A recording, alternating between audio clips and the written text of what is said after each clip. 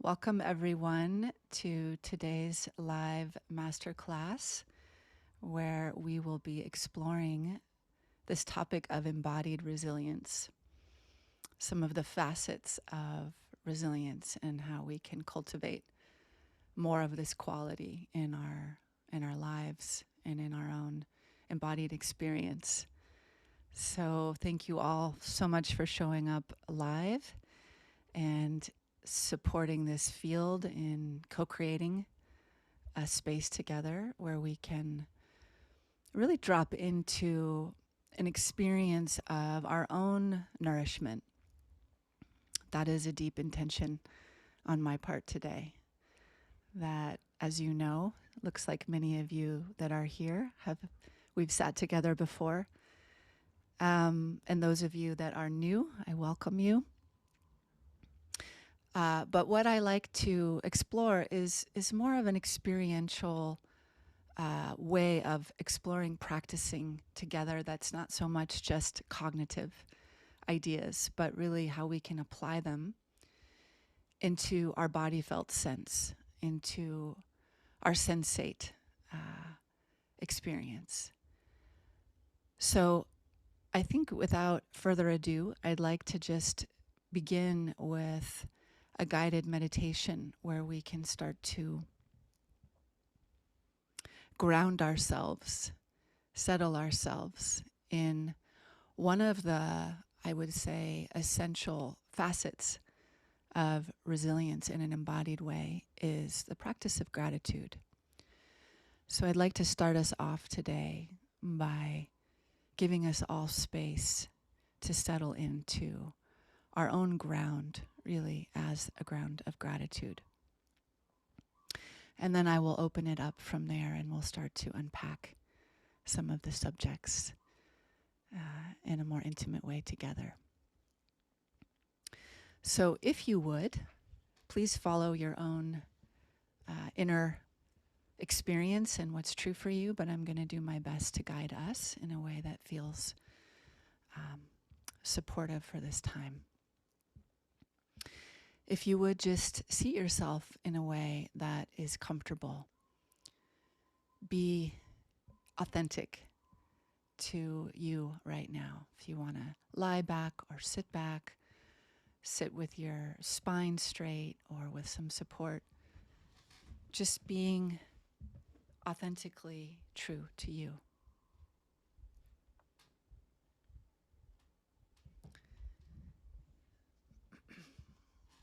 And when you're ready, let's go ahead and close the eyes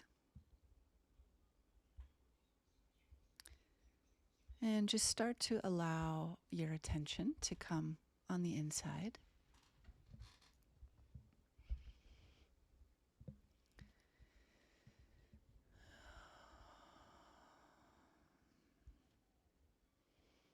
And just noticing this miracle of your breath rising up to welcome you, to embrace you on the inside.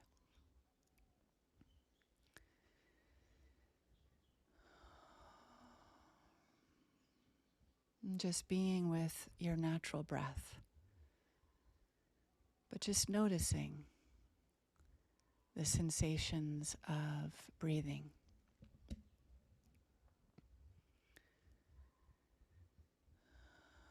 And as you put attention here, you might notice the breath just naturally deepening or becoming a little more vivid.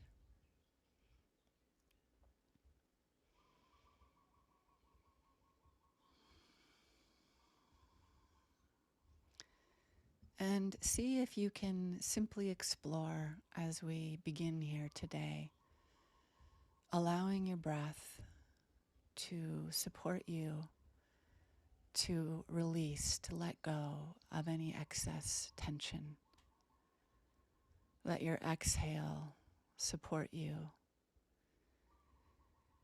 And just gently relaxing anywhere that you might be gripping.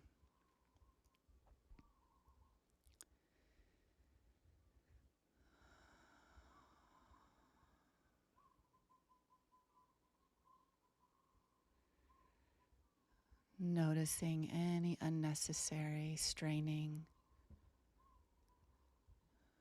efforting, or tension, and just allowing the breath to get up underneath those places inside, inviting this permission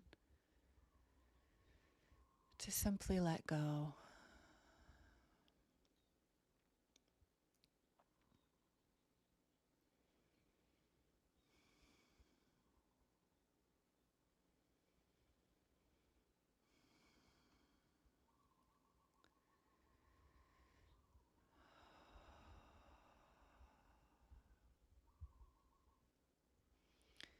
And as you feel your system letting go, you may naturally begin to sense the ground beneath you.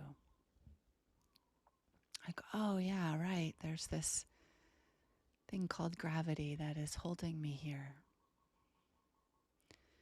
So again, just noticing the contact of the seat you're sitting on, where your sit bones, your legs are making contact. And see if you can allow yourself to simply settle in a little bit more.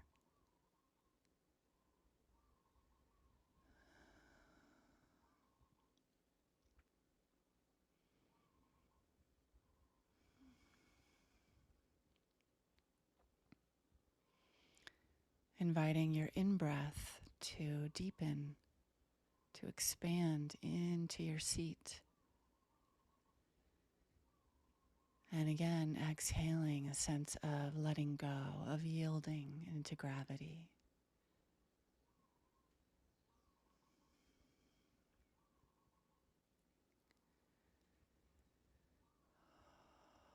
And we notice underneath our seats, the long bones of our legs,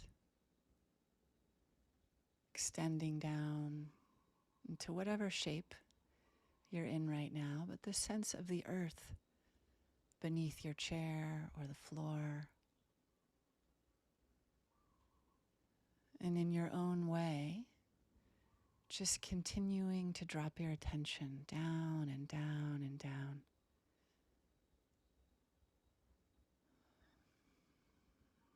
Noticing the naturalness of your relationship that's already here. This field we call nature.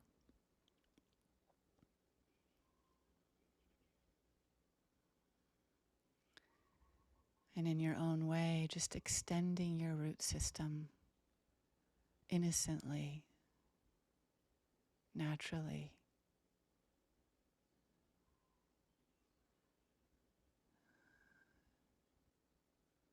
The way a tree or a mushroom or a plant or a flower naturally, innocently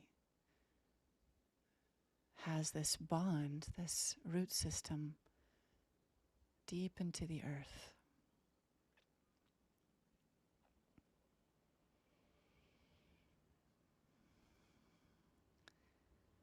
So just breath by breath, feeling your way.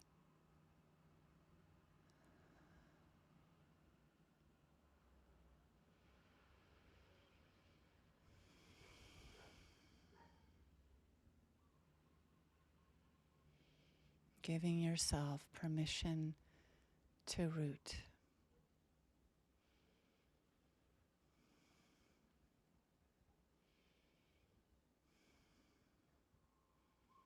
We're not forcing anything. We're just bringing attention to an aspect of our human design that's actually already here in the electromagnetic field. We wouldn't be alive if we didn't have this bond with the electromagnetic field of the earth. So we're just simply bringing attention to an aspect of our nature.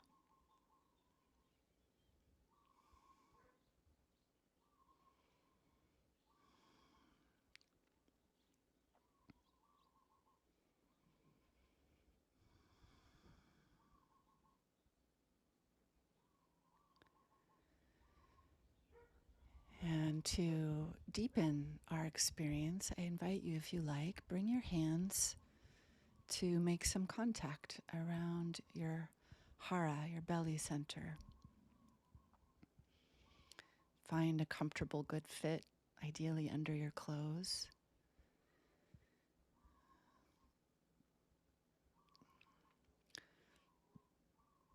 And just allowing this to support your attention to continue to relax downward.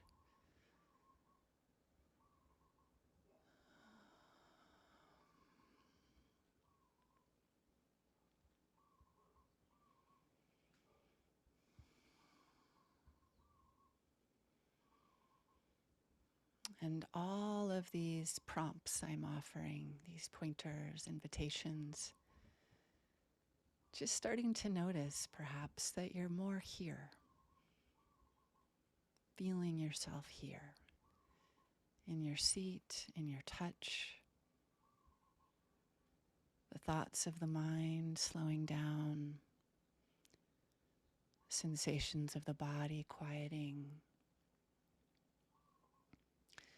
And we start to notice the naturalness of our own presence.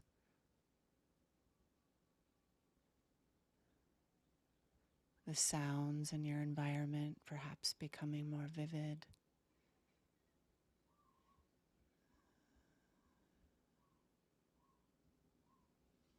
The awareness of the temperatures in your body, sensations of warmth, coolness.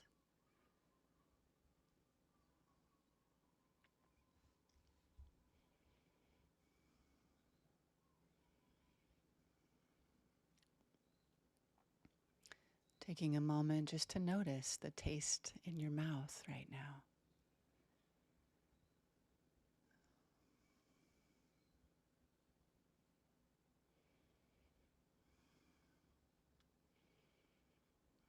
The connection to a sense of smell.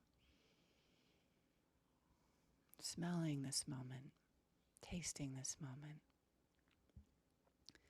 hearing this moment, feeling this moment.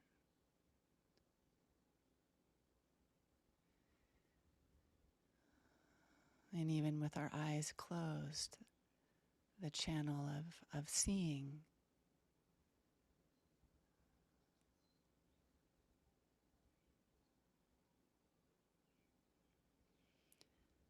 And underneath all of our sensory channels is your innate presence, the one receiving all of the sensory information.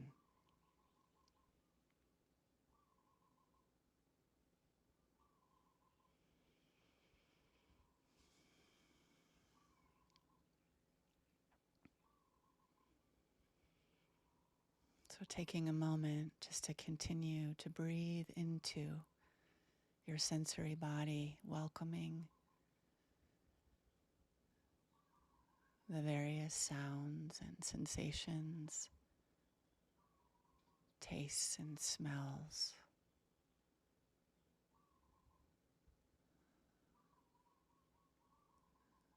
Being the one on the inside, receiving your moment.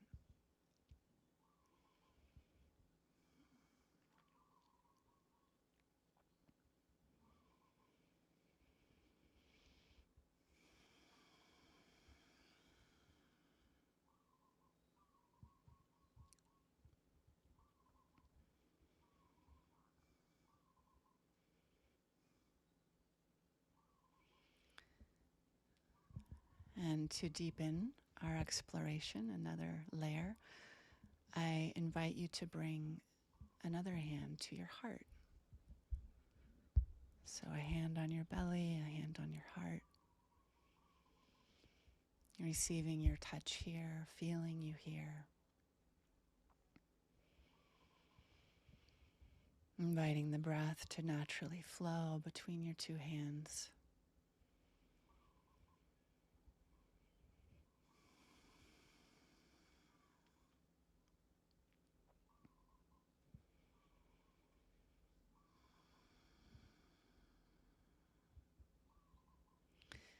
And let's just allow a gentle humming sound to massage and vibrate the space between our two hands, the space of our core channel.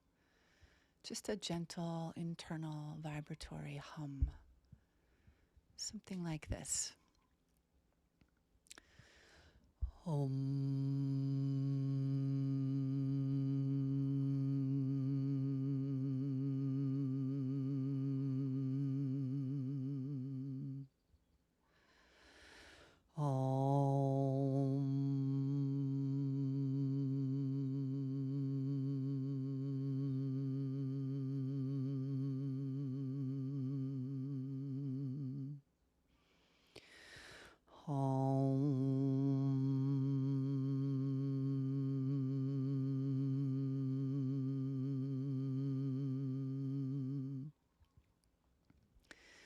A few more times, just staying intimately inside the internal vibration where it's creating a sense of intimate contact on the inside, inviting the vibration to create more space for you.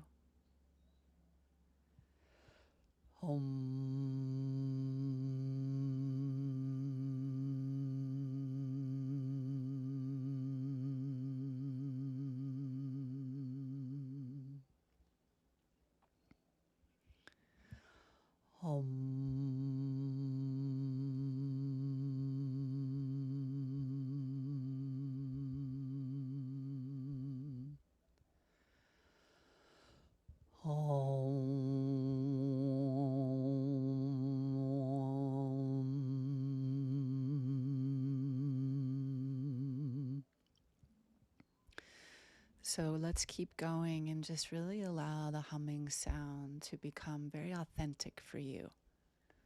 Total permission to just let your sound move through you in a way that feels good, that feels pleasurable, positive for you. So let go of any rules on how a hum is supposed to go and just surrender into your organic intelligence. A little longer here.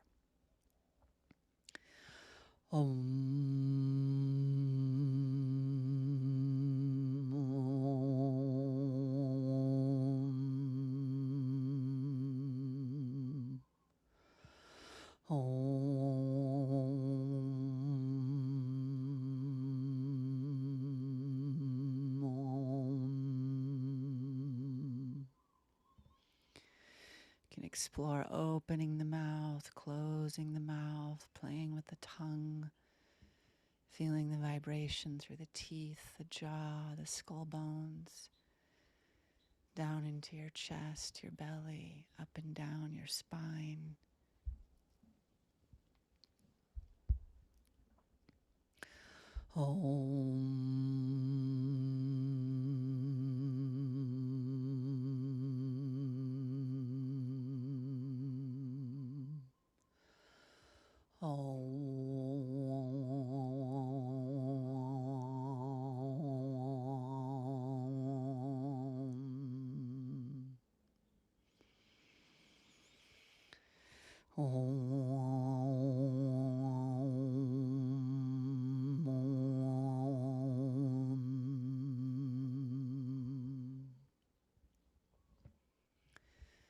Great, and when you're ready, you can go ahead and just let the sound pause. And just staying here with your natural movement of breath. Perhaps noticing a little bit of a bigger expansion on the in-breath.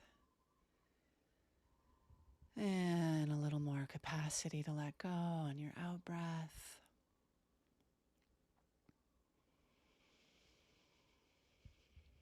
Enjoying some generous breaths, welcoming you even more here into your body, into your seat,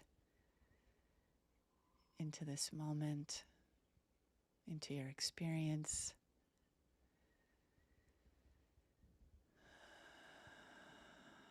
Generous in-breath, generous out-breath.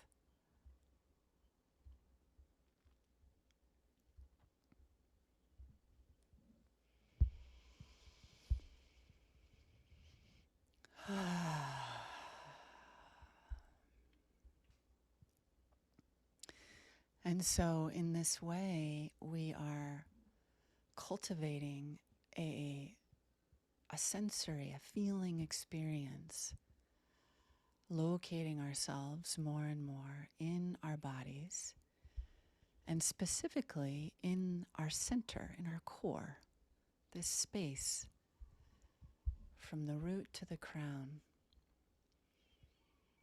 between your two hands, just noticing, I am here. I'm not in my future somewhere or in my past somewhere, but I'm more and more discovering myself intimately here in this moment, in my body, in my breath, in my senses. And so as we arrive simply, naturally here in our own presence in an embodied way, I invite you to notice a natural gratitude, a simple, natural gratitude for you, for your life.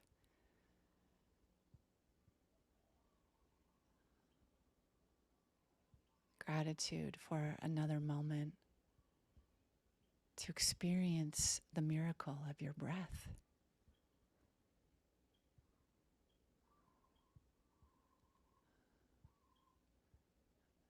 The gratitude for another moment to be in the mystery of being alive and being you.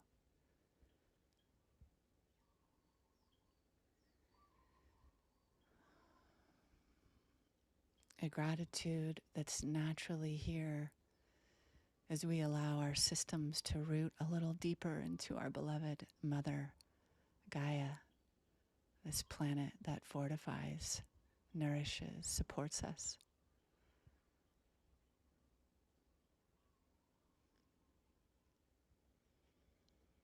With all of the change, uncertainty, accelerated experience of what's unfolding on our planet at this time, we are sitting here by the grace of the mystery of our own incarnation, with the blessing of another day, with relative safety, with some resonant company, with the luxury of a moment in our day, an hour, to relax our defense system, relax our personalities and various protective mechanisms, and melt in to our hearts, our bellies, our pure love, our pure presence, this simple gratitude.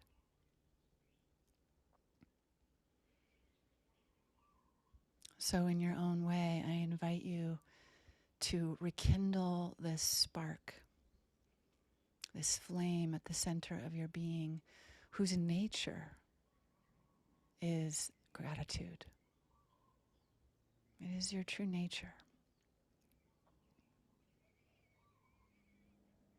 It's not about the conditions going the way you want, not the circumstances of our lives going the way we think they should go. But this gratitude that is not reliant on any circumstance or condition.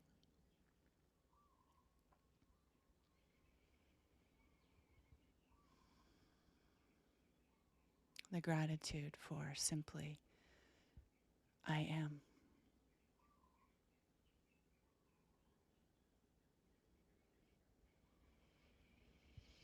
So nice deep breath, my friends. Feel your touch on your body, your skin to skin contact, your belly, your heart, the heat, the vitality that's being generated from your heartbeat right this moment, circulating your blood, giving you life itself. Seating yourself here in this essential seat, this true seat of your dignity. I am alive. I am here. I am.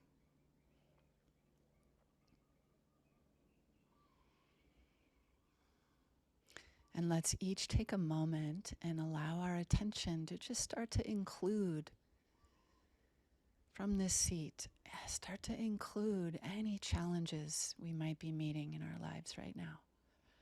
Our most personal growth edges, struggles, challenges, initiatory processes.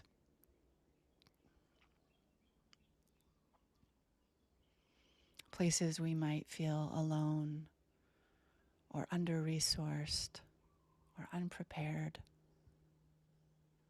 or bewildered. And see if you can allow this balm, this nectar of your own presence, the gratitude of you, to start to just spread out in all directions. Start to include and welcome the parts of you that might be feeling challenged.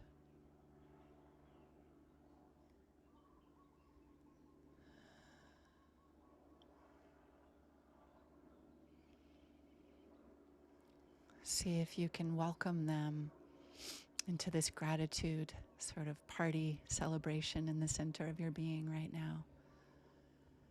Yeah, can I stretch and be grateful? Extend and embrace an inclusion of gratitude towards these aspects of my life that I might have habits of trying to reject or change or fix.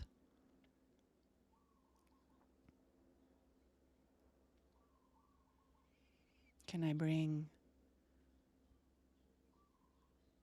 the tender edge of what I'm growing right now deeper into this field of gratitude?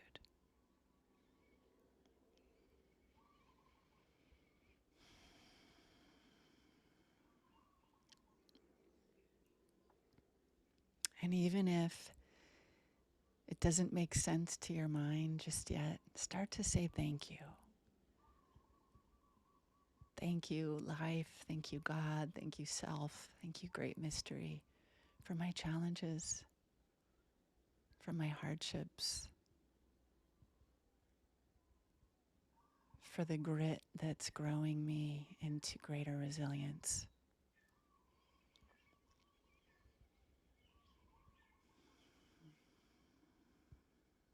I don't know yet how it's all going to pan out. I don't know, perhaps the resolution to certain aspects of my life, but I'm here.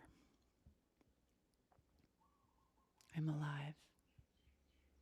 I'm growing my capacity to open my heart, to root in deeper to my resources, my nourishment field, and open my heart wider and grow my spine taller. To be initiated, to allow the challenges and struggles to grow me into more of who I came here to choose to be.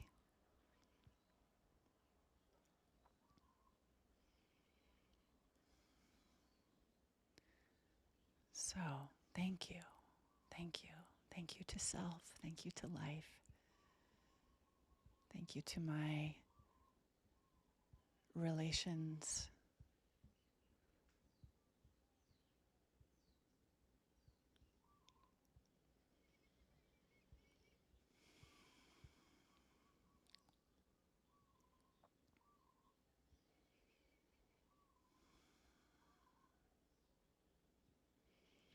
And for a moment, just choose one aspect of your life right now that you would like to welcome deeper into your love, into your heart, into safety inside of you,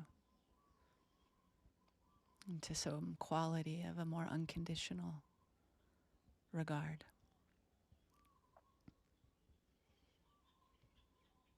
Allow your attention to choose one aspect right now for a moment.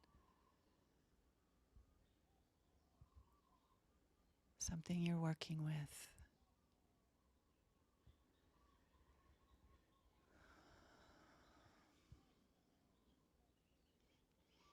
That might have you feeling vulnerable,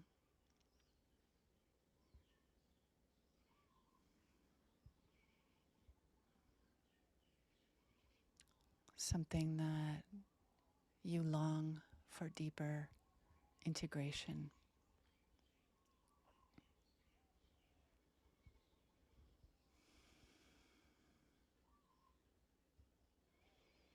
And imagine for a moment you're a little bit like a Shiva, and you have these many arms that can spread out and start to embrace, wrap around the feeling experience of this particular challenge you're working with.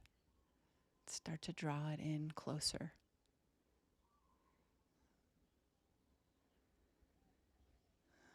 And for now, simply giving it a space on the altar of your heart.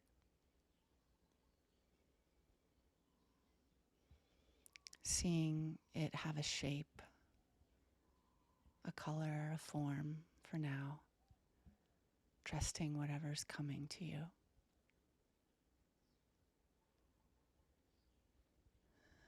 And seeing it on your altar of your heart, giving it a sacred place to exist.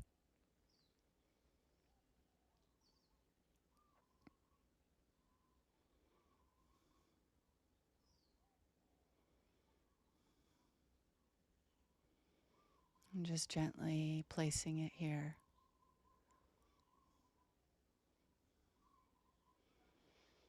Thanking your system for showing you and allowing this piece to become more vivid.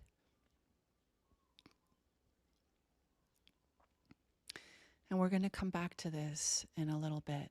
So for now, just allowing this piece to rest.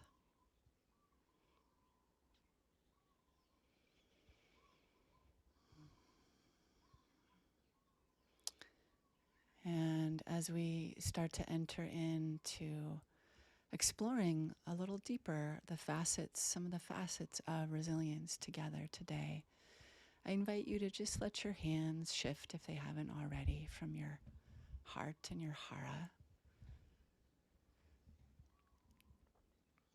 Take a moment to just bring some touch anywhere else to your body. Some little squeezes, massages.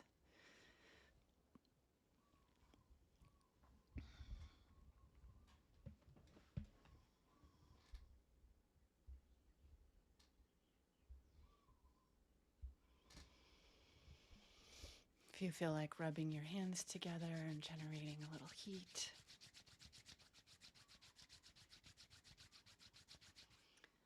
Palming your eyes.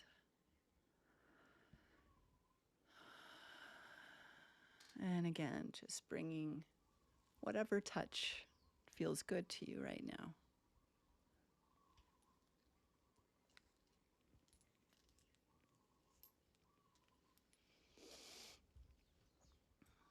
Also allowing any movement that feels good to you.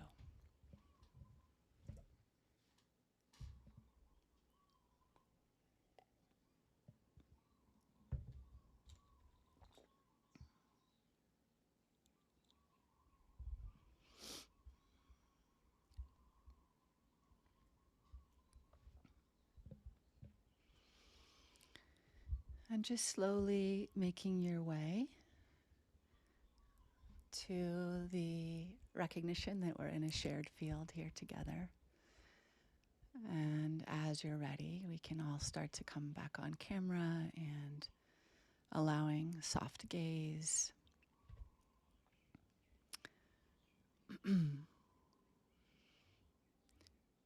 Starting to join our beautiful circle here.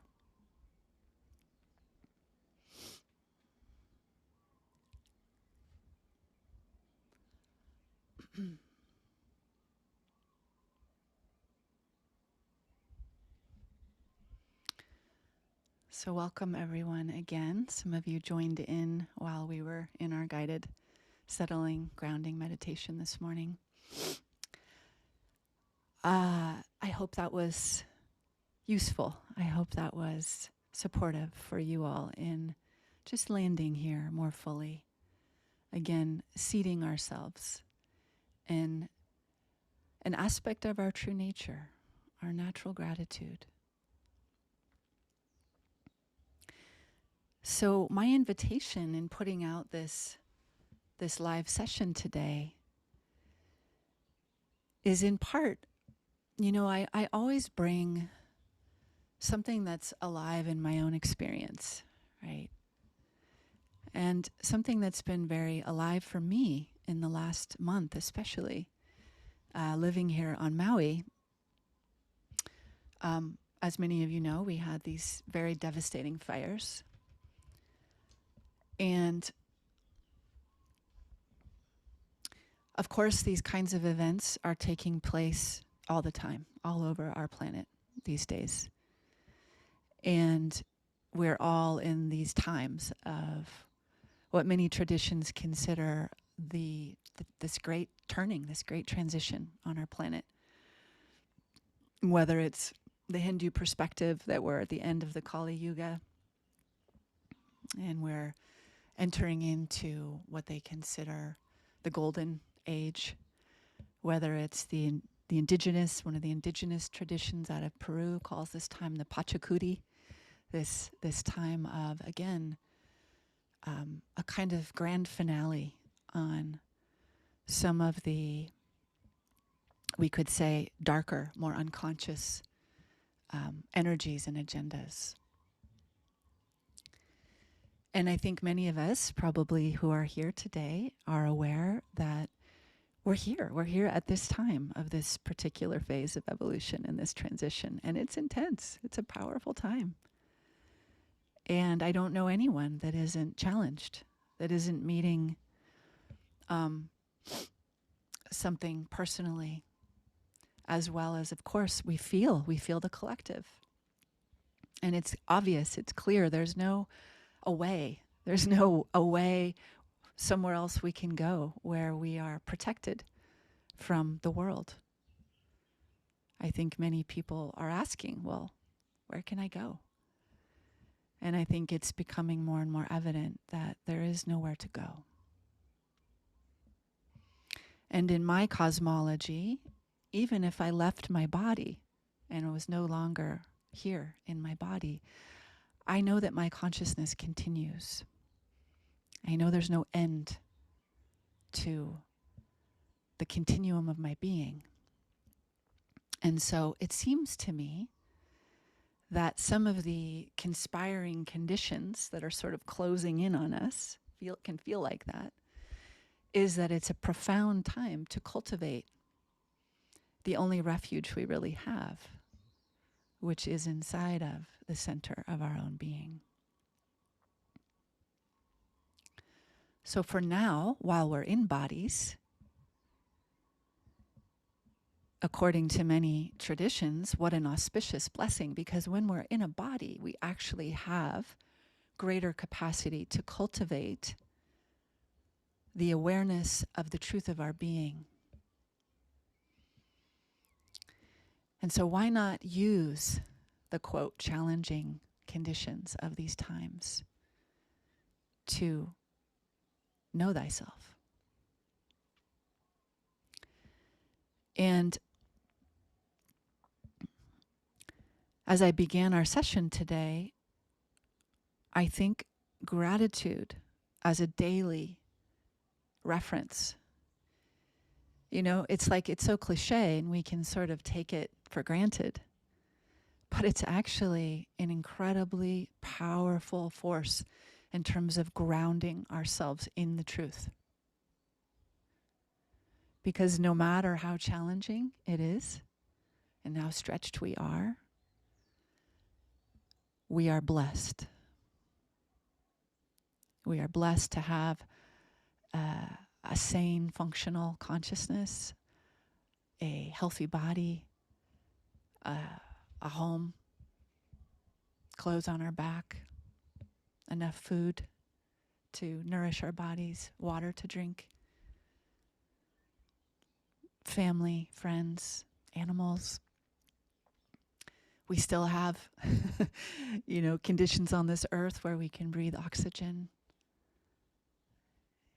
So much, right? So much to be grateful for. So I invite you to, in your own way, take it on. Take on seating yourself daily. Gratitude is not because you're happy that you're getting what you want, and so you're grateful. Happiness comes because you're practicing gratitude. It's the other way around. We naturally feel more of our joy and our happiness and our true nature when we seat ourselves in gratitude. So this is number one. And I want to just speak a little bit to, again, I think this accelerated time on the planet we can consider as a kind of a framework that we are in a time of initiation. And initiation is inevitable. It is the ways in which each of us have an experience of our soul actually conspiring to generate the circumstances, the karmic circumstances, for us to awaken and to grow, to show up, to wake up, to show up, to grow up. Does that resonate? You know what I'm talking about here? So one of the, I think, very real sort of turning points in the journey of the human experience is that we have a phase of life early on where we all identify as being victims. We have the things that happened to us that we didn't want, that we didn't ask for, that hurt. We had the moments, whether it was in utero, it was through the birth experience, it was through our early, imprinting early years of life, or ongoingly experiences that the Hopi would call the sacred wound, where we split from ourselves. It was too much to stay for. Nowadays we have a language we're beginning to work with this called trauma. It's trauma. We all have traumatic experiences.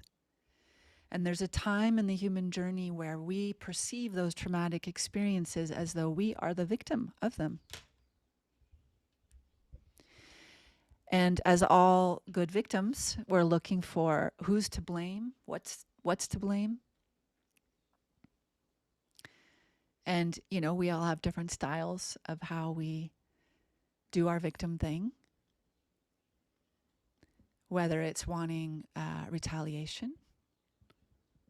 We have more of a flavor of anger, or we internalize it and we implode. We have more of a flavor of shame. We take it on as though it's our fault, or some combination, right? And that's not really what this session is about today. That's a subject, obviously, we could go into. But I'm imagining that all of you here are here and attracted to this conversation because you're somewhere in the journey of that transition of setting down that victim consciousness and traversing into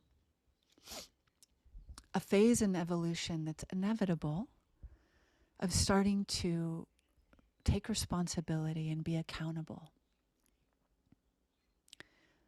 for your own experience, for your life, for you. And you're not looking so much for a savior, for someone to rescue you, or to get to the root of something finally, and then it'll be gone and done, and I'll just now be happy. Right? These are some of the trappings of that previous, I call this first phase of evolution. It's like our first birth incarnation. And we literally go through a process, I think, of dying to that identity, dying to that version of who we thought we were that had to survive, and created all these identities and meaning making around what happened to us. And then we have this second birth where we, like a phoenix, start to rise up out of those ashes. And this is a facet of resilience. Like life rises up out of death. And we start to wake up to like, oh wow, I'm still here. What else?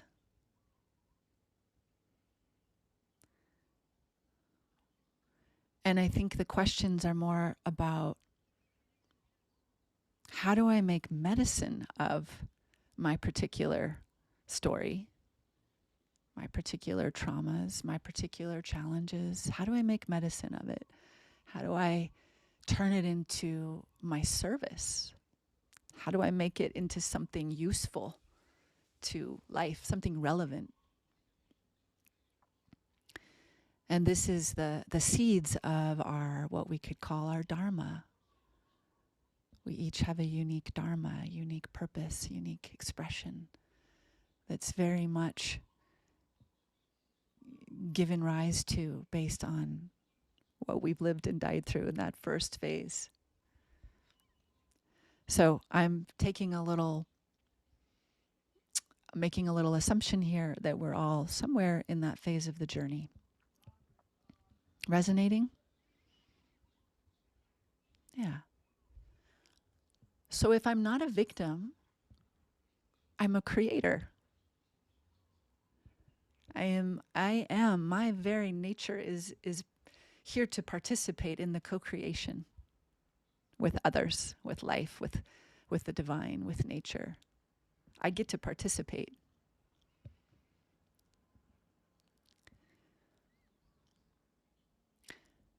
And so this leads into the second point I wanted to bring in this conversation of really embodying the resilience that we need in this time of the initiatory passage we're going through.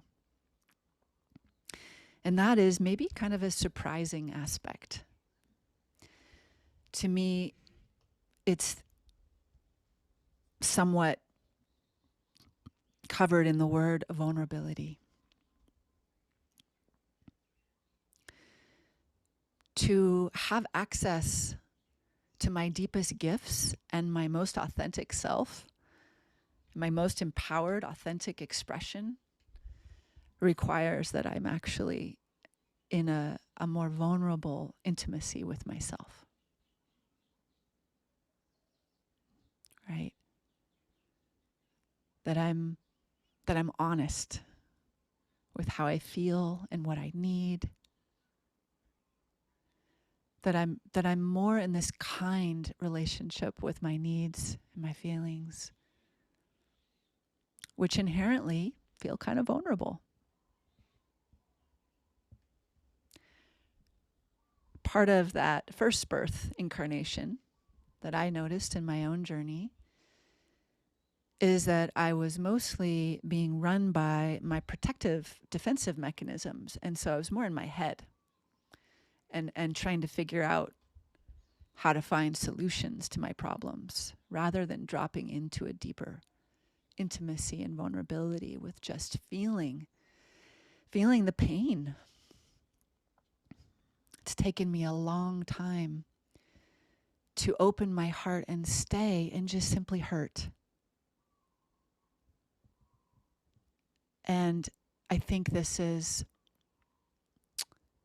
an incredibly important part of this skill set of resilience. Sometimes it just frickin' hurts. Life hurts. And can I stay open though? Can I stay with me?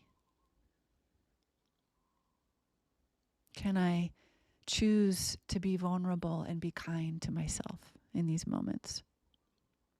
Can I let the vulnerability of opening my heart and feeling the pain of being alive at times deliver me into the next clarity and deepening of my truth?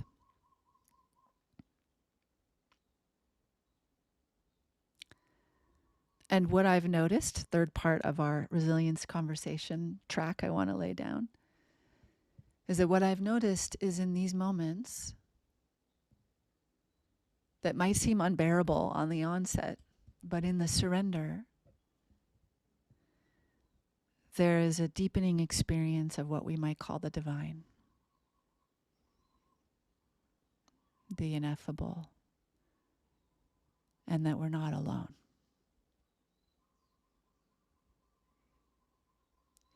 I see some of you shaking your head and recognizing, yes, you've had this experience.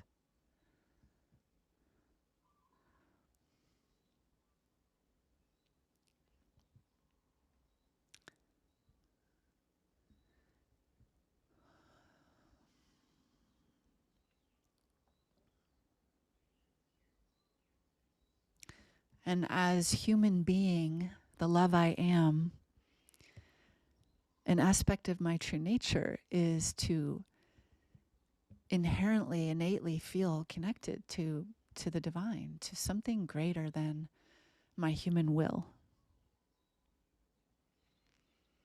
It's like the experience of the literal space around us, the air we breathe, is the field of something larger that's holding me, that's my sustenance, right? If our oxygen supply, if we were cut off from it for more than a minute or so, we would perish. Well, I think on a human level, it's also true on the level of our spiritual nature. It feels like that when we feel disconnected. To feel isolated and alone and bereft of our innate belonging is untenable.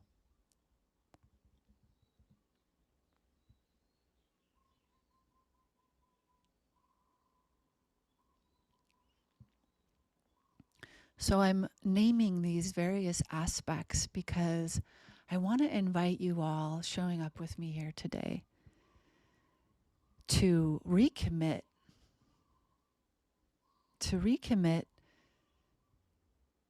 to being you, to being alive at this time, and to fostering and forging your way into this second phase of evolution, of initiation.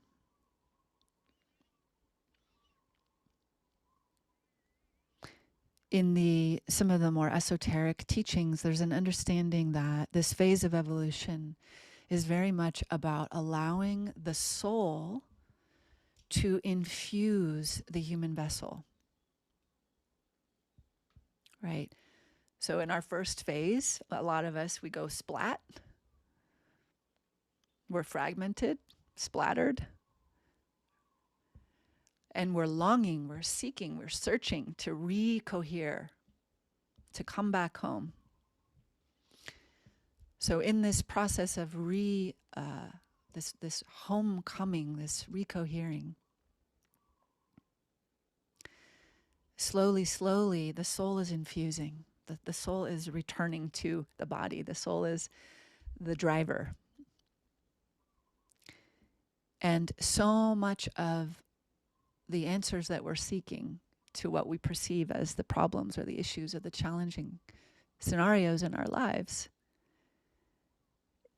it's being seated in our soulful essence or presence, that it's clear to us what to do, what to choose, what our truth is. And the more we align with that and honor that, the more our lives can actually unfold a bit more coherently. And we can actually start to learn and grow and evolve more through pleasure, through bliss, through enjoying. Pleasure and pain both will initiate you. Both will ask you to grow greater circuitry in your nervous system to handle more charge. More charge meaning more soul, more you, more of your light.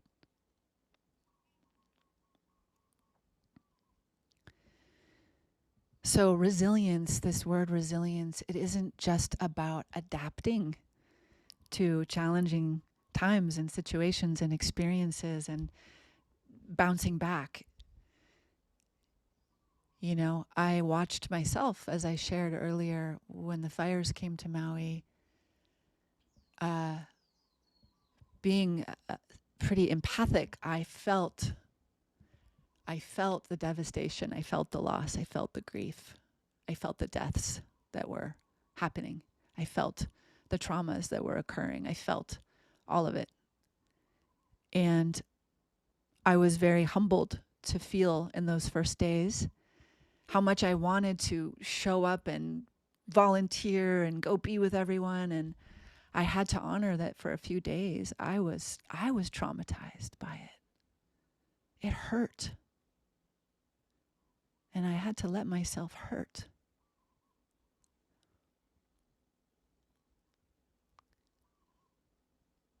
I had to honor what was happening inside of me before I could go show up in any big way that I wanted to, right? And then over the last, 6 weeks or so that it's been,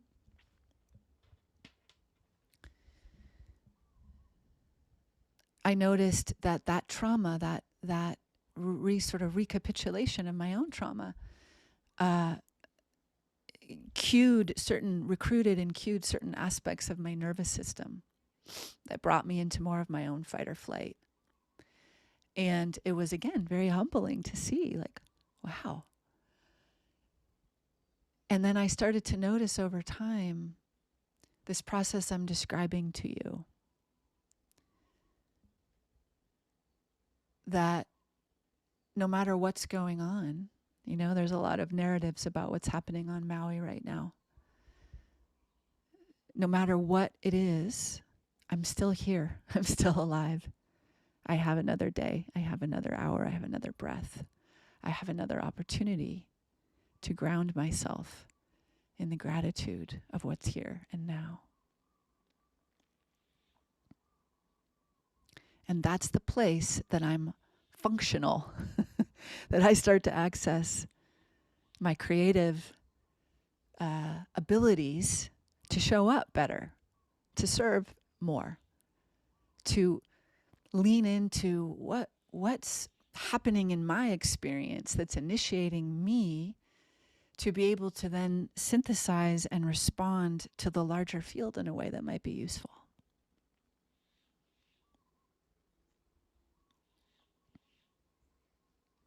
Because that movement is part of another facet of our nature, is to be in relationship, to respond, to again make medicine of our own challenges in a way that's relevant, in a way that serves.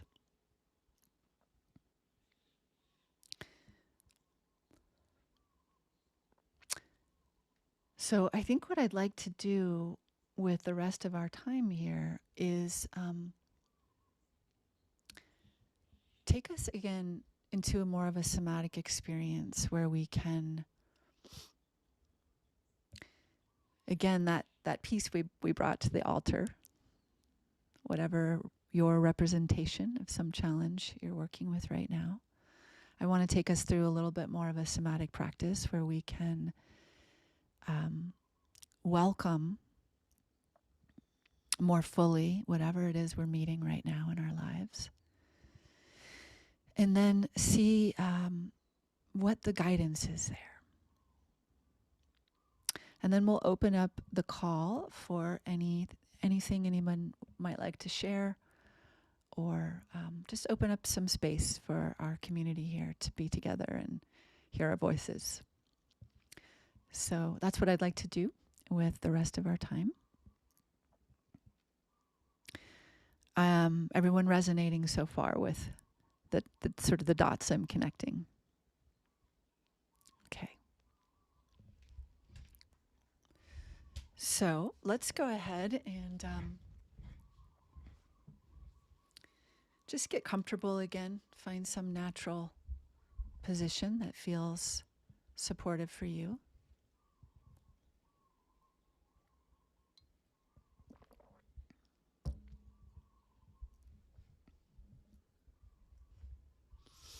And closing your eyes.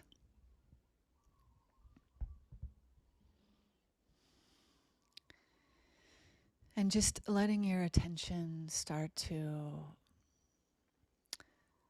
drop in, welcoming that altar of your heart. And if you would, bringing your hands to your heart, feeling your touch here and saying, hello, hello, my beautiful heart. My heart is indeed a sacred space, the seat of my soul.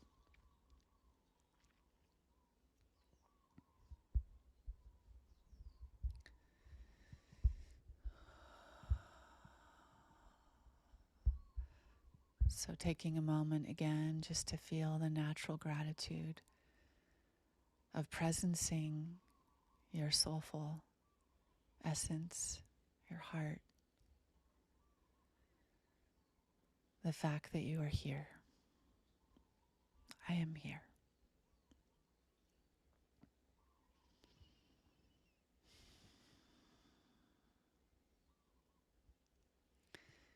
And allow your inner imaginary eye to land on that altar object again, this piece that's representing something you're currently working with, current growth edge.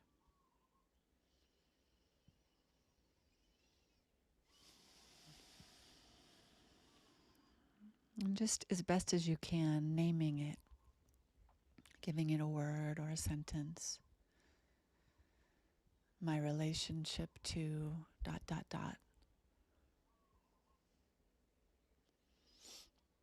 I'm inviting deeper integration to my relationship of ...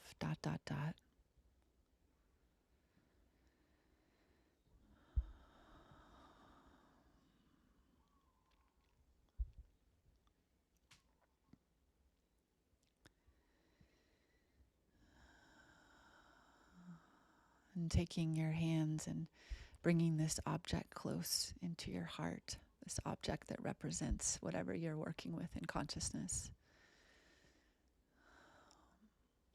And this time we're going to bring a very vibratory, deep kind of O sound, a puffy O sound, and explore this vibration directly in the heart, as though we're inviting this object we're working with to become micropixelated, oxygenated, inviting it to become more particle, more wave. So this vibratory O might sound something like this. Oh.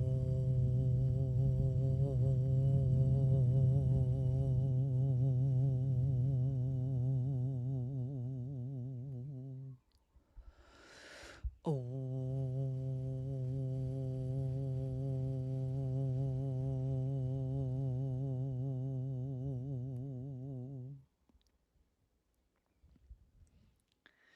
in your own way, trusting your own sound frequency, following your pleasure, and bringing your attention, your touch, your sound all together in your heart.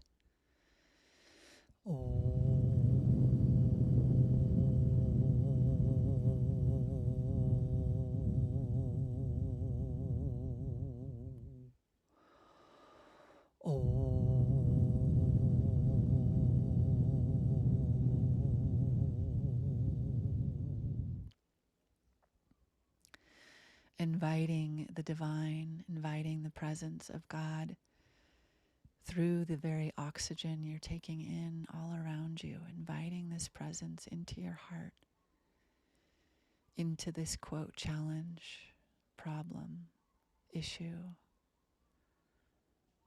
learning curve, inviting company here.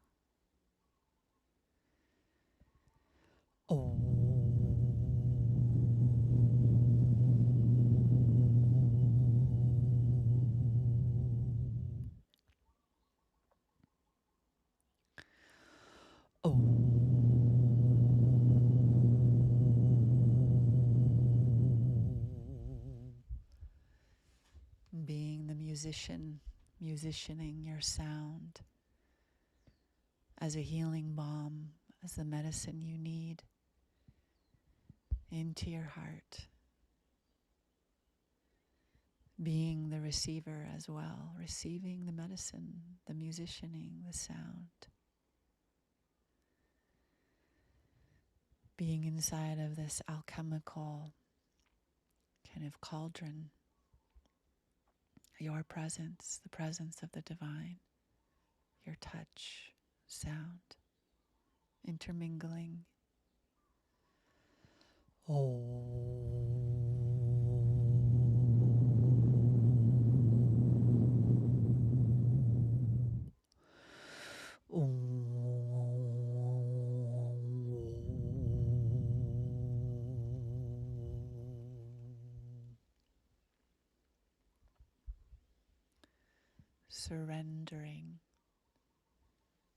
Surrendering your will, your defenses, your knowing, surrendering into this space beyond mind, beyond thought, receiving you here, deeply intimate, deeply feeling, deeply vulnerable.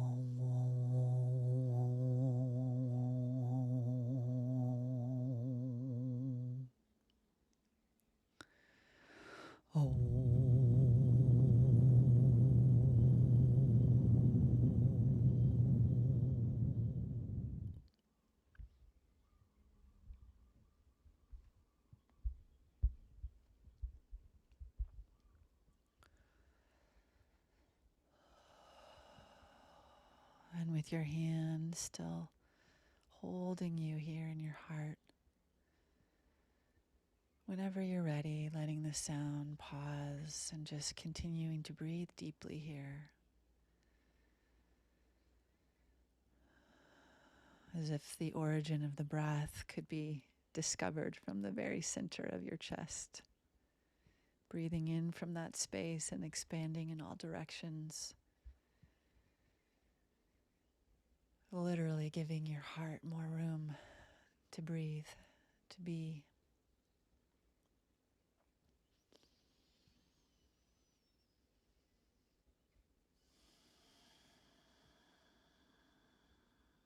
And inviting yourself to land here, loving you inside of whatever this particular object of your attention right now. Loving me here, loving me in this particular challenge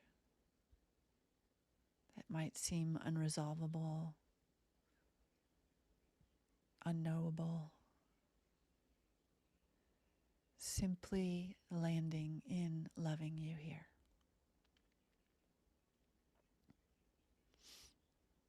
And you can even say the words, loving me, feeling,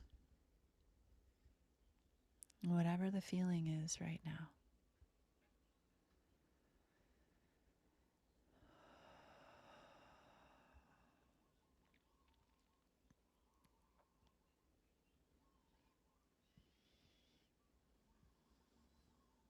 And see if you can land a word, wrap a word around the feeling. Perhaps you're feeling a sense of trust, loving me, trusting. Perhaps you're feeling a sense of not knowing, but being okay with not knowing and loving you here. Perhaps you're getting some particular guidance or clarity in a very practical or tangible way and loving you here in this. Perhaps you're feeling some deep sense of despair, but loving you here, having you here.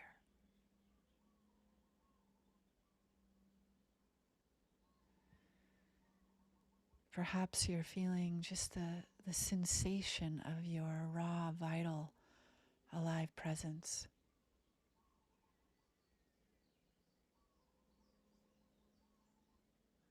Loving you here.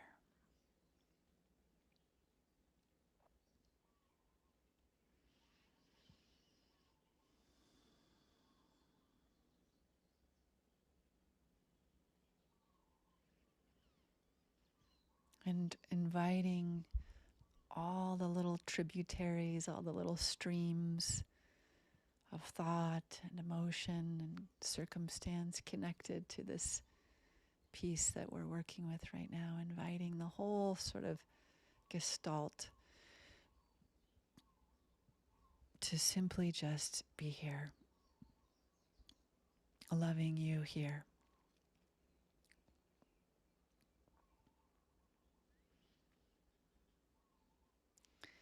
You don't have to like it, whatever it is, you don't have to like it, but see what it's like to love you here anyways.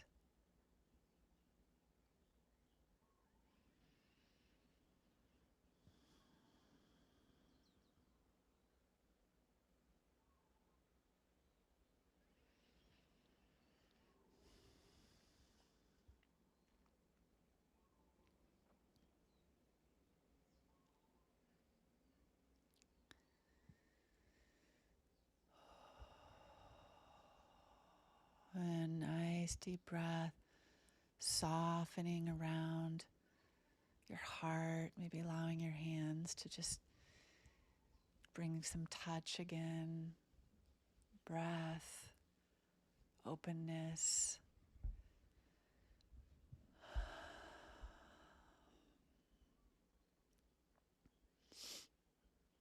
Anchoring in any key insights, feeling experiences, ahas, anything you want to take away from your exploration here today. Anchoring that in.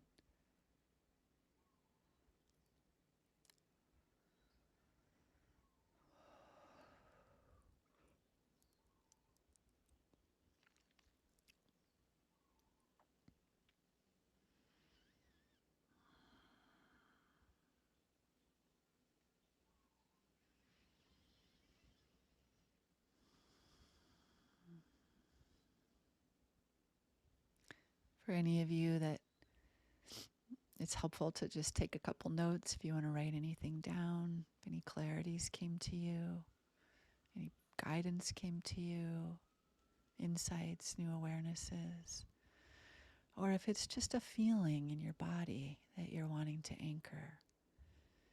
Taking a few more breaths just to feel that, welcome that into your tissues and cells.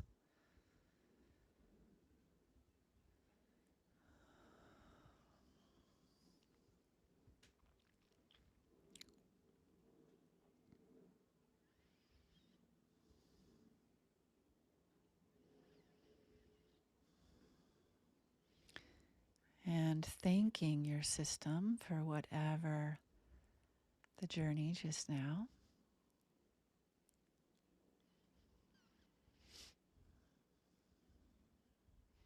If you want to bring your hands to just make a little prayer mudra at your heart and just bowing in, giving thanks to you, to showing up, to whatever your intelligence is revealed in your experience. And then we're going to slowly make our way back to our circle here. And there's space if anyone is called to share, or if there's any questions or anything.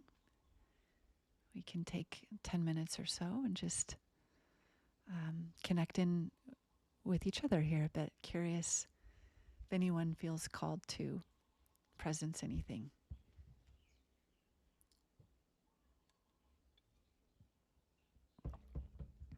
Anything about what you just experienced or anything on this subject? Yes, Apurvo.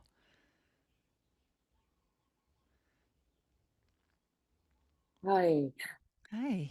So that was powerful. So I started it right before the call. I got an email, also a Lahaina related thing, and it was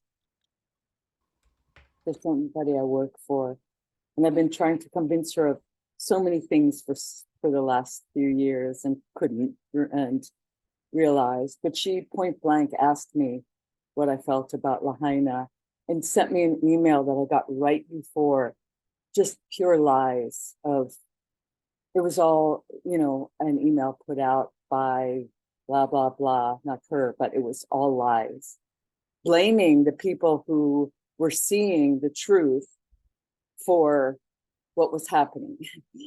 And for me, it's so hard to feel that stuff.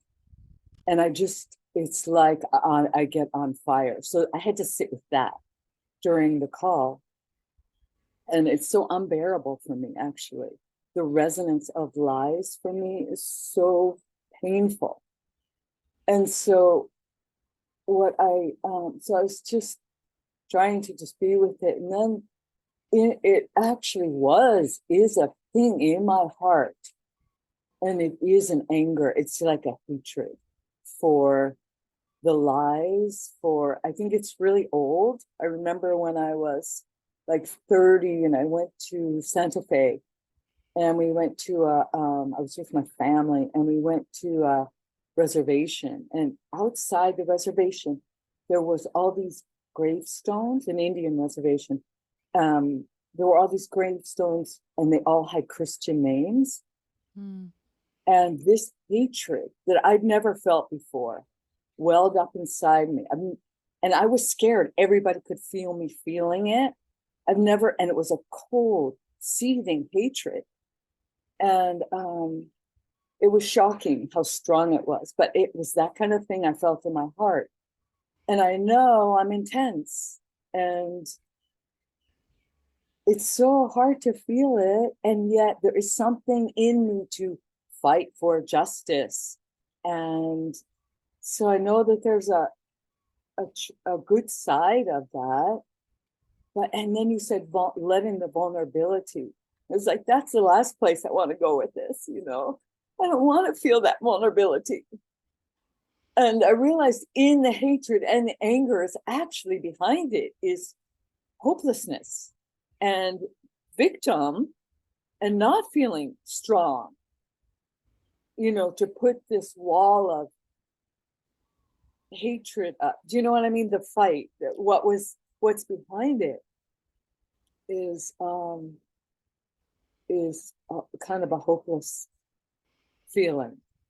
And somehow, I don't know, somewhere in there, just letting myself kind of warming to feeling a vulnerability, something started alchemizing. Mm-hmm. And, it's still in process, but there's a lot there. And definitely something shifted. So beautiful, Provo. Keep going. It's like these inroads we make. That was a very short practice and it was powerful. And keep going. There's medicine in the vulnerability inside of hating, inside of anger, inside of fighting, inside of the want for justice. That's all beautiful because it's your authentic feeling experience. There's no judgment. This is human. We do feel anger and hatred in moments where we're confronted with untruth. We register untruth as a lie against the divine, against life, against the holy, right? So that's a natural response. That's a healthy response. The trick of it is soften inside you, love you there, have you there before anything else. Because from that space, you'll be guided as to what's right action, what's aligned action, what's noble action. And the world doesn't need more, hating, raging, victimized activists against the machine. It doesn't need more of that. That doesn't behoove change. It needs us to find these inroads through compassionate insight into our own nature, into our collective nature. And so I I feel you and I trust you on that, Apurvo. And it's like keep allowing the layers to unwind and show you what's yours. What's yours to do, to be, to say. There's a lot of power in everything you just shared. Really appreciate you sharing with us. Yeah. Being spiritual isn't about not hating or not having anger. It's part of being alive.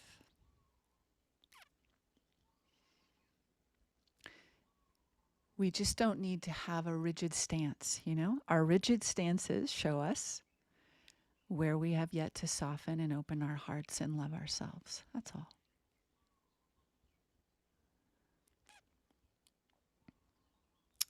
Thank you. So, David, I see your hand up. You want to share something?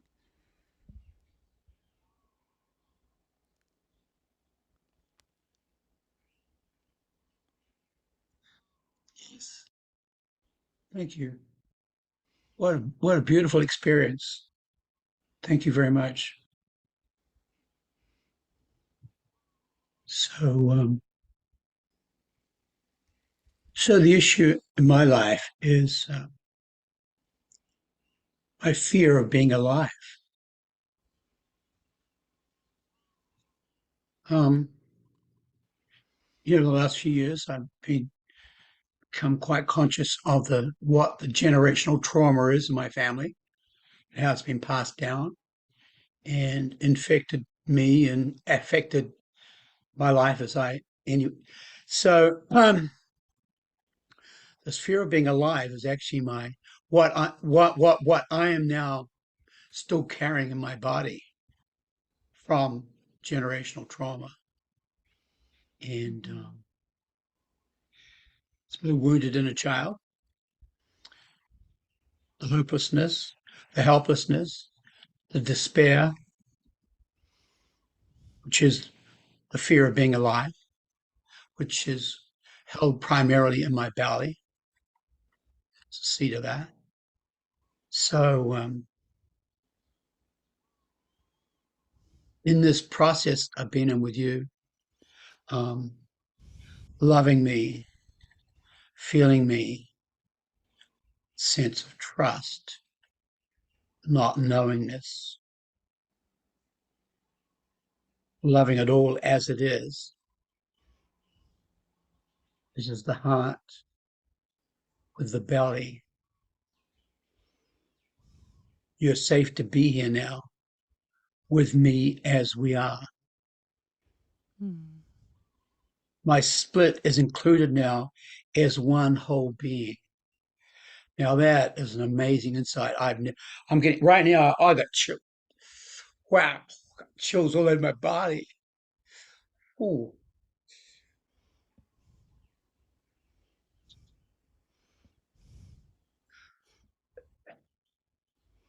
is included now as one whole being.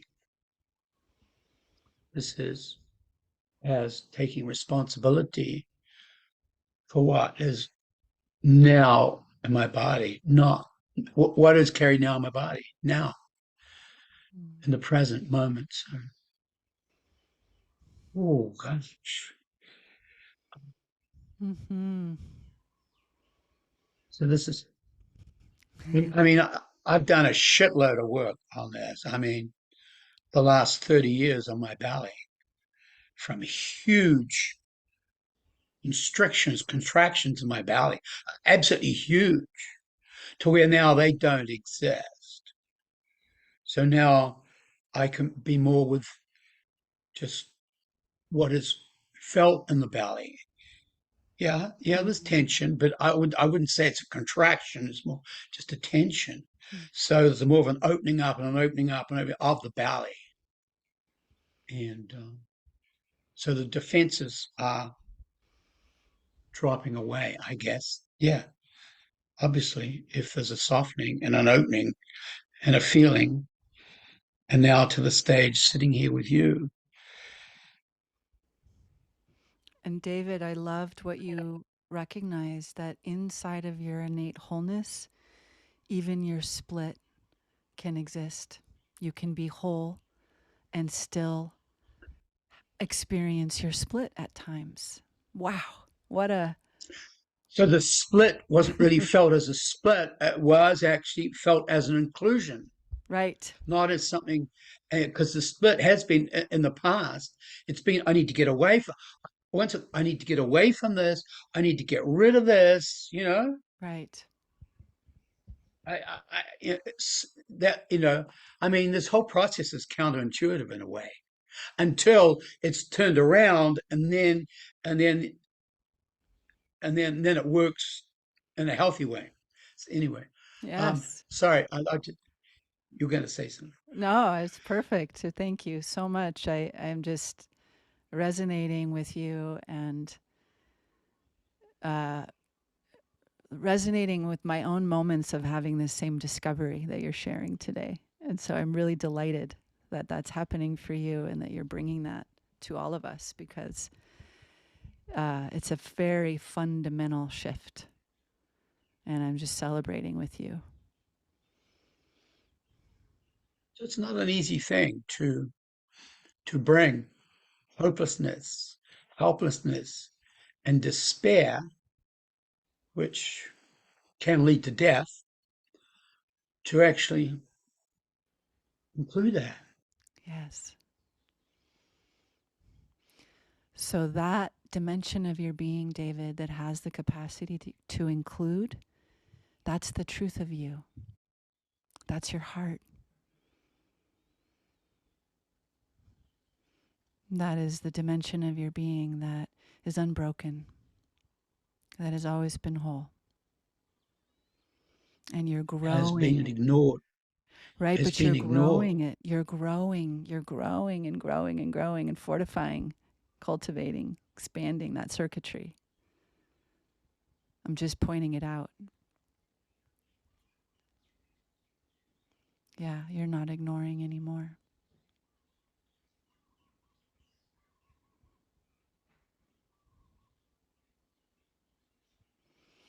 Take a few more breaths if you like, and just invite yourself to stabilize here, settle here. Like,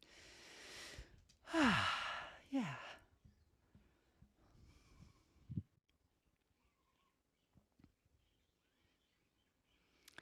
Like own it that this is happening for me. Yeah.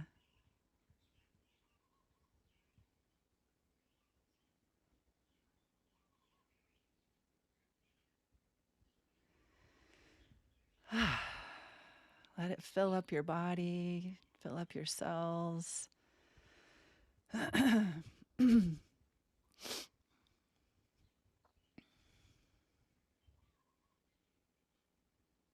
Thank you. Yeah.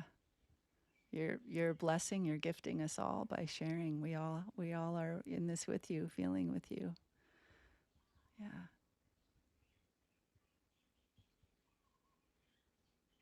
Wow, the peace. Mm.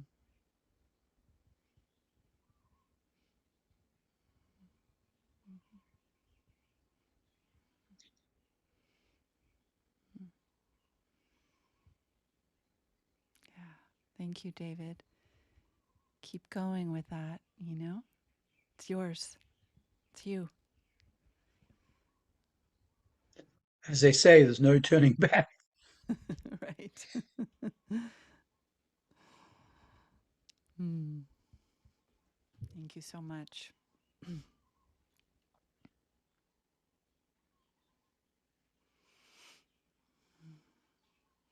just going to shift my attention. I just want to see and anyone else have anything they want to presence in the group. Linda, I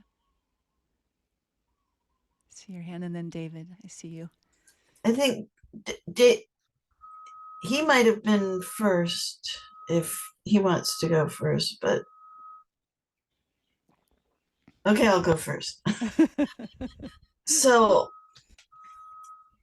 I don't think I went in as deep as I would like to, or maybe potentially could.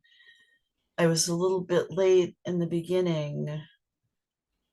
Um, but anyway, there was a moment, or maybe several, when I was able to feel like what I was resisting, and then I forget what you said, just to somehow embrace that part. And when I did that for a moment, I felt that, you know, expansion. It's almost like a subtle alchemy that happens, and it does make me feel more whole, because instead of splitting and compartmentalizing, what I'm identifying with and what I wish I was, somehow there's that integration. But I can't even talk about it, because I don't feel like exactly as I'm talking about it, I'm still with it or being that integration. But somehow this question that I actually have, I think, might relate to what I'm trying to Yeah. say, which is that when you were talking about feeling the trauma of where you live, anybody could understand. You were right there. Of course, you would feel all that trauma. And I mean, it was directly impacting you. I'm wondering if it's possible on some level that, because, and I believe this is part of like my spiritual thought process, as part of my, bunch of ideas about what the soul is and what the world is and what being here is and what oneness is.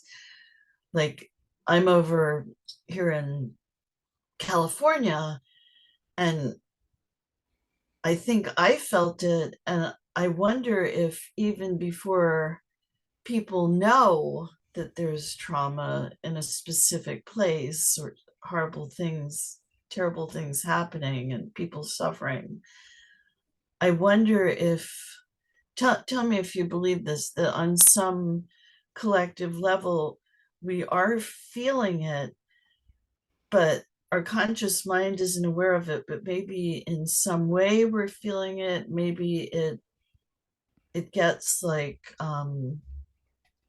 directed into thinking it's about something in our lives, but maybe it's even possibly a greater sense of what's happening to the whole, and it's disconcerting to us, even like before. Could you, you know what I mean, but could you say something about that?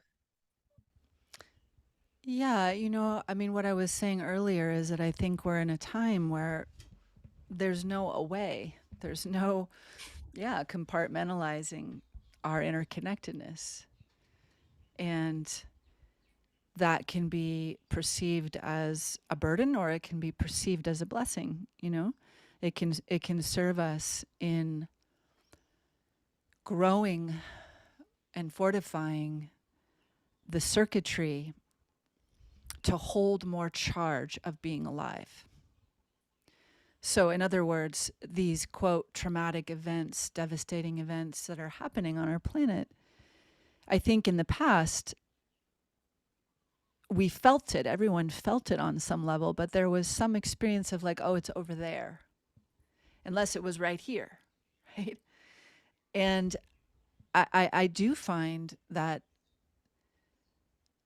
the accelerated version of more and more of these kinds of things happening, at least for me, it's opening my heart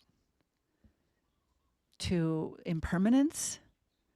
Like, that's not a concept, that's a reality. And to a kind of preciousness of like carpe diem, you know, like living my love out loud, living my truth out loud, living my life fully, because the idea that something horrible could happen, but not to me, you know, it's over there somewhere.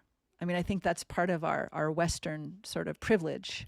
We're not used to wars going on our territory or whatever, however you want to say it. So I think we've always felt, because we are one planet and one being, of course, we always feel what's happening. But we learn how to numb, how to disconnect, how to bracket things, how to not know what we know, not feel what we feel. And I think that's one of the challenging koans of the time is, you know, yes, keep your heart open to your experience, but stay deeply rooted and grounded with a strong spine so you're not overwhelmed and become immobilized. Right. Mhm. Yeah, yeah, I'm really thinking about that kind of thing a lot lately. And of course, there's always something terrible, like you had said in the beginning, there's always something going on in the world somewhere that could be, horrible for so many people, but far away. And I could relate when David said, I'm afraid of being alive. I've felt that way. And just in the last few days, it's like I was just overcome for a few moments, like, wait, something is terrifying me here. and and then it kind of also went away. One of those times, something that terrified me, which was about finances, I suddenly shifted and I accepted it in the moment, and that was amazing to me. But the terror hadn't been so great before either.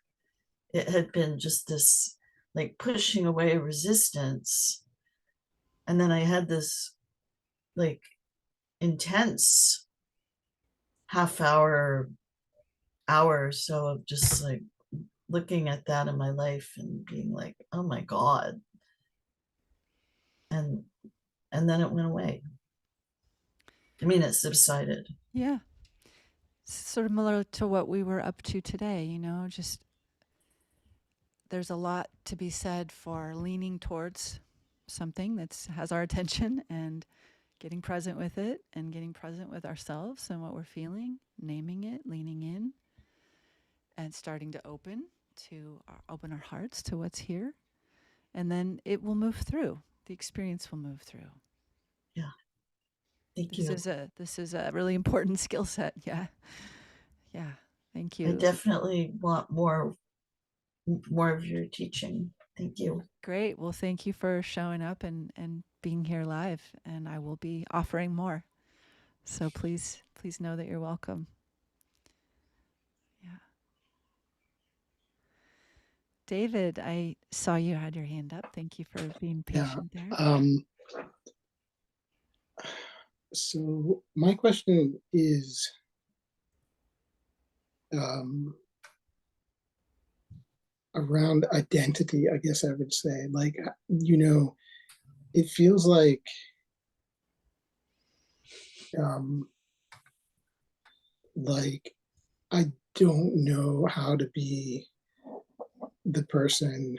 Like, you talked about the two stages, and I definitely, that's why I'm on the call. I definitely feel that, that initiation process, but it's like I don't know how to be not the phase one.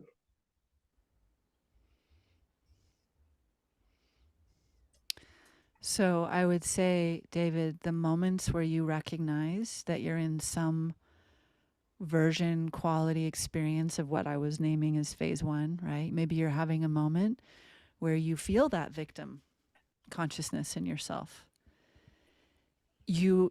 First there's the phase of awareness of something, right? But then it's how do you treat yourself there?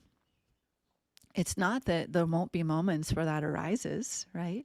But can you recognize and name, like, okay, I'm feeling my victimhood right now. Can I stay and love me here? Rather than trying to get rid of that place or fix it or figure it out, because those are all subtle forms of violence, actually. The way something feels free to grow and evolve is because it's been so thoroughly loved that it's free to transform into something else. So I don't know what your particular, let's say, regular flavors are that arise, but those are the ones that keep coming because they haven't been thoroughly loved enough to evolve into a new experience or expression. And that's how you grow into who you know you are. You love yourself there. Yeah, that resonates. I guess I wasn't totally clear. I guess it's more that not so much necessarily being stuck in phase one. It's just kind of like in the liminal in between, where I'm where it's like I'm not actually actually really going there, but I'm also not really back. And it's like, and that can be a very uncomfortable place, actually. Right. So it's the same practice. Yeah. The fact that you can name it and you recognize, you can palpate the realm, the sensations, the experience, the fact that you can do that is all you need. And then it's just inviting yourself to get even more intimate. Like, okay, what does the liminal taste like, feel like, smell like? How can I roll around in it even more? How can I get to know me here in this discomfort of being in the liminal? How can I soften around the discomfort? How can I, there's nothing in our experience that we can't invite into our hearts once you recognize I'm having an experience.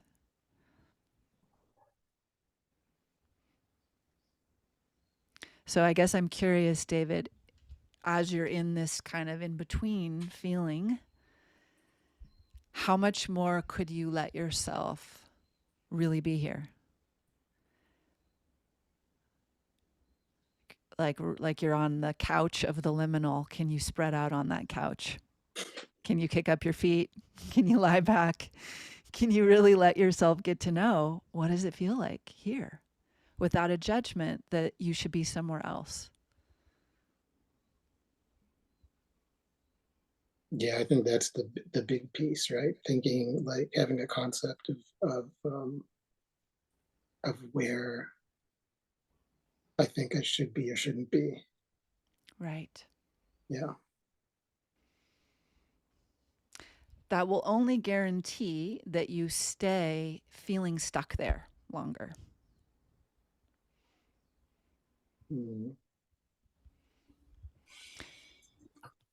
Right? Any kind of subtle overlay of judgment does not land in the system as permission to be.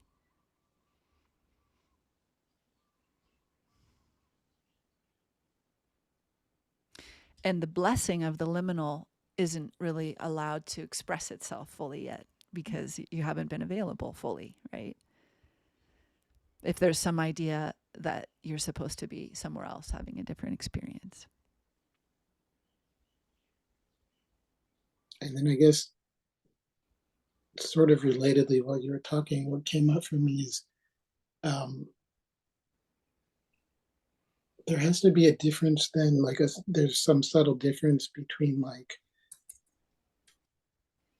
kind of wallowing in the phase one victimhood versus like actually like feeling it in a way that it transitions or shifts, right? Can you talk about that a little bit? Say that again. Or in any stage, actually. Like there's probably like some subtle distinction around wallowing in my case, I was thinking about it in like a phase one victim, whatever the patterns are, but I guess it could be in any phase versus like feeling it in a way that is like letting it transform, right? If you can talk a little bit about that. There's like I guess wallowing is probably more of a dissociation in a way, even though it seems like you're feeling it, you're actually kind of like Right. not, maybe.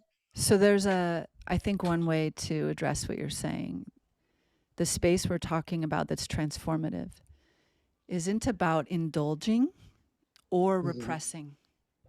Yeah, okay. Our tendencies are to either overly repress and, stuff our experience, not allow a feeling, or to overly indulge. So this is really the art of the middle, the sacred middle. It's called feeling or allowing. And our heart is designed to open and feel and allow our experience. It's our patterning and our defense system that wants to come in and try to, control that, right?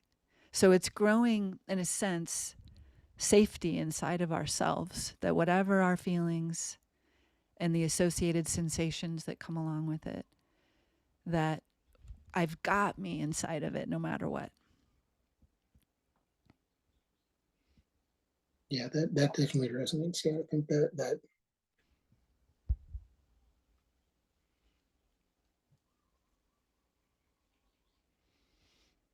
So there's, this is I think this is the work. This is the work we're all discovering in our own ways, how to embody, how to consistently provide the holding ground for ourselves that maybe we didn't get as children, that we didn't get intergenerationally, that we certainly don't see happening in our collective world in terms of modeling that. And that's unique for each of us, how to forge those pathways of intimacy where I've got me, no matter what I feel, no matter what goes on circumstantially,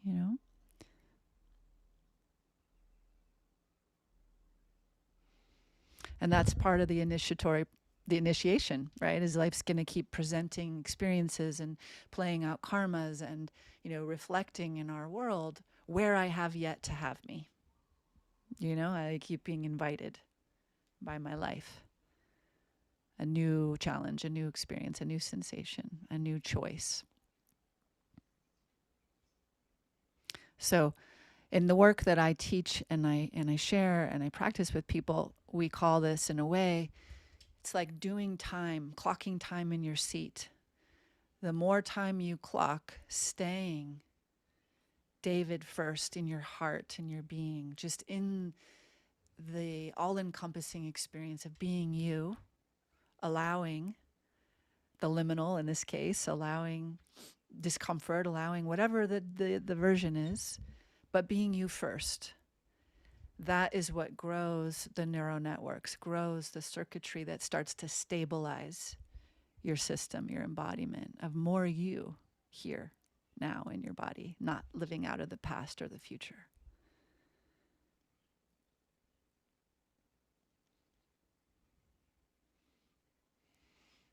Yeah.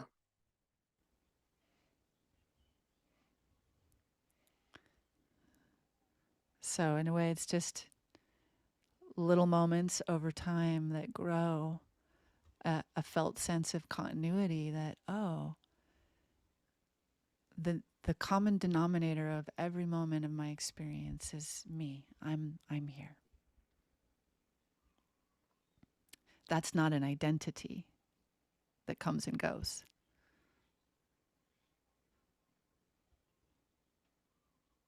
Right. It's kind of like the background. Yeah.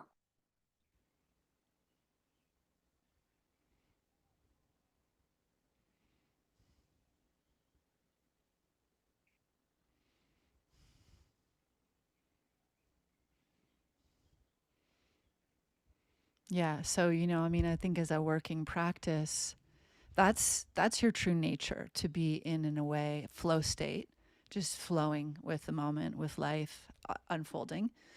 And the moments where we recognize that we have some kind of feeling of resistance, or I'm more in my head, I'm thinking, those are all symptoms. They're indicators that there's something I'm feeling that I haven't allowed myself to open my heart to.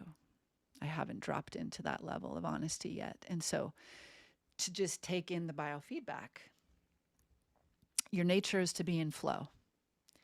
If I'm not in flow, then there's some biofeedback trying to show me what I need to feel more intimately. And then it will show me a deeper truth, right? That then I need to walk and live out. And I'm back in the flow again.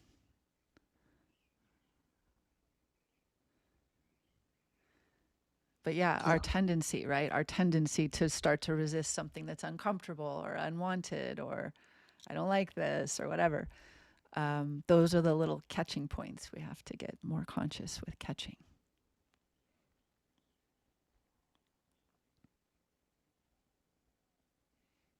And it seems like it's the kind of thing where actually doing it like tiny bites at a time, like the titration they talk about in like somatic experiencing, that kind of thing is probably it's the same idea in a way. Yes. Yeah. You noticed today the practice we just did, I only spent about 10 minutes, just we went in, we came out. Yeah, it doesn't have to be like, you're absorbed all day long on your meditation cushion. It can just take one pure moment of opening and meeting you. And over time that grows a new you.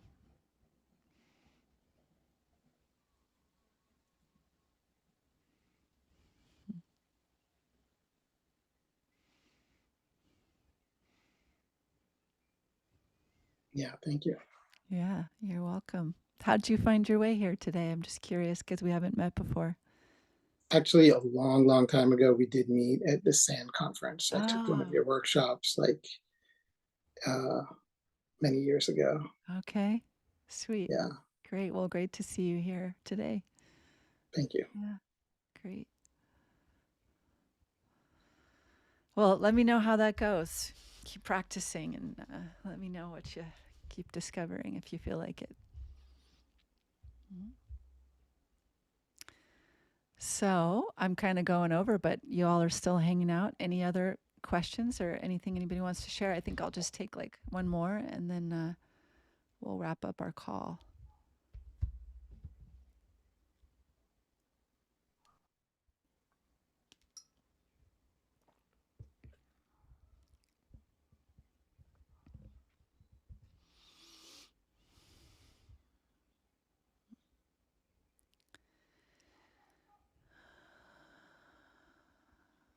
And not necessary to speak, just only if you're called.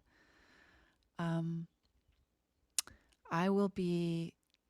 not sure what will come next, but I'm kind of in one of those cycles where I'm feeling called to share more and open up spaces like this. So if you're on my email list, please know that you're welcome. If you're called to explore this quality of space, if you have friends you want to invite, please do. And I'll let you know what I'm kind of inspired to offer next.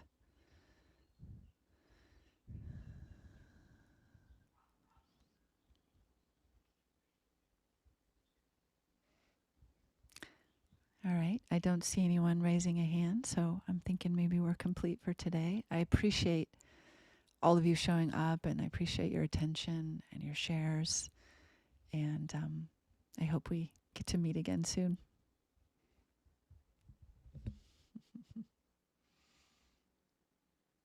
Yeah. Blessings on your resilience, your continuing resilience cultivation. Yeah. All right. See you all soon, I hope. Take good care.